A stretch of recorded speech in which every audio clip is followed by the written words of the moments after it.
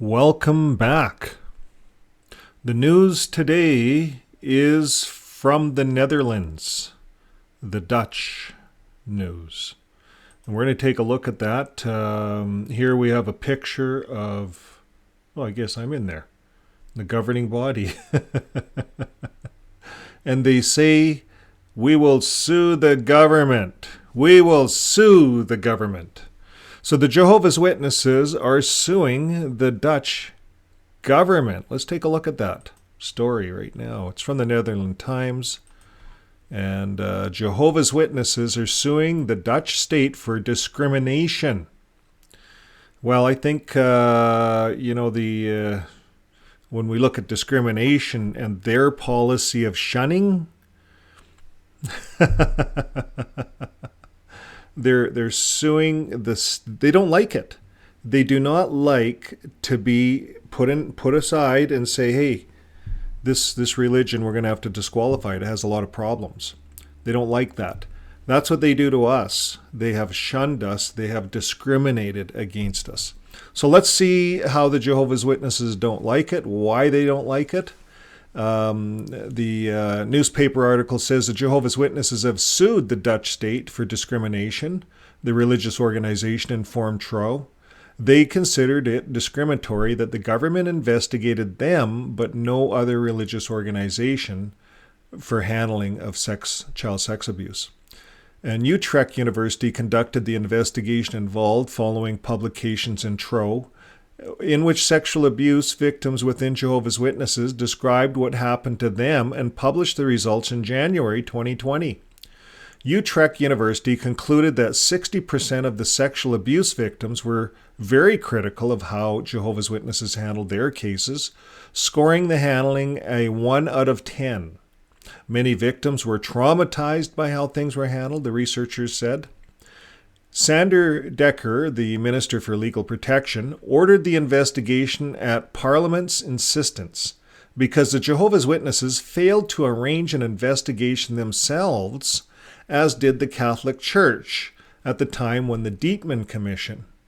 Now, we just did an article or a video here a couple of days ago how the Catholic Church also did their own investigation in Spain. And then, of course, another commission came in and started dealing with it as well. So the Catholic Church is investigating their own criminal activity. But the Jehovah's Witnesses are saying, no, we're not criminals. We have no problems. We have no reason to investigate. So this is what the problem is. The Jehovah's Witnesses cooperated in the Utrecht University investigation, but unsuccessfully tried to stop the publication of its results. And this is what happens. They see the results from a study. They don't like it. They don't want the bad press, so they start suing and suing to try to stop this information from hitting the streets. So it says the religious organization objects to the researchers' findings, specifically the researchers describing them as a closed community that makes it more difficult to report sexual abuse to the authorities. According to the Jehovah's Witnesses, the results indicate an opinion of the researchers rather than a scientifically substantiated position. Oh, now they believe in science. The Jehovah's Witnesses also said that they experience adverse consequences from the investigation in the form of many allegations. Well, what do they think that we face from their shunning policy? And how they ostracized us from all of our friends, all of our family, the community that we knew, threw us on the street for nothing, for no reason. Maybe speaking out, maybe we didn't want to die because of a blood transfusion. In my case, it was because I wrote a book, a fictional book. So there's many reasons you can get shunned. A religious organization suing the state is fairly unique. This professor said on law and religion.